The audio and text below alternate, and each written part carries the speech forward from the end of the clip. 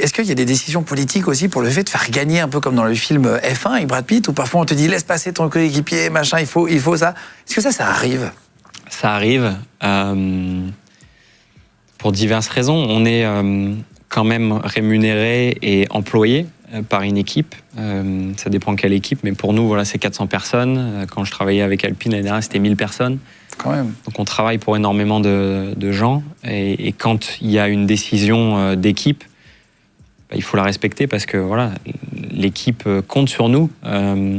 Mais moi, j'ai toujours respecté, en tout cas, les décisions d'équipe parce qu'elles avaient un sens, parce qu'on avait choisi une stratégie avant entre les deux pilotes et qu'il fallait faire ça à ce moment-là.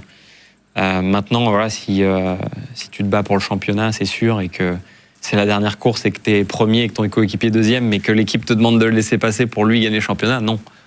Ça, ce sera une discussion que tu auras après avec l'équipe.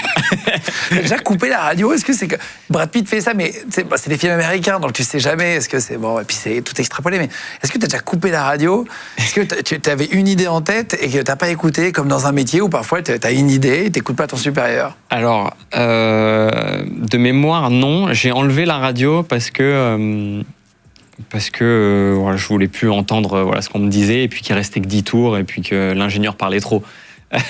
Mais il n'y avait rien de très dur jusqu'à la fin. Donc certes, c'était pas bien, mais je l'ai fait pas mal de fois au début de ma carrière.